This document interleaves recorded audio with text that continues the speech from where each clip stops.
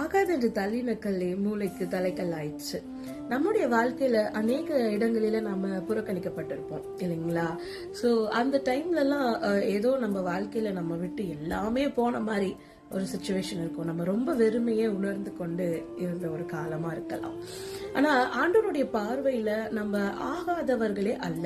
அவருடைய பார்வையில நாம் அவருடைய பிள்ளைகளா இருக்கிறோம். அலங்காரமான கிரீடமாய் நம்மை மாற்ற அவர் விரும்பி கொண்டிருக்கிறார்.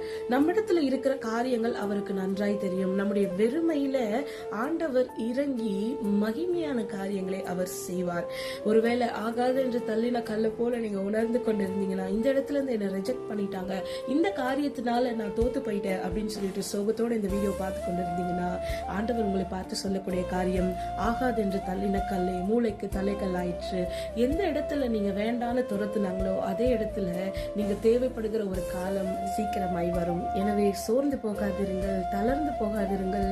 நிச்சயமாய் தேவன் உங்களை பயன்படுத்துவார். ஒதுக்கப்பட்ட இடத்துல எல்லாம் தேவன் உங்களை உயர்த்துவார், மகிமைப்படுத்துவார்.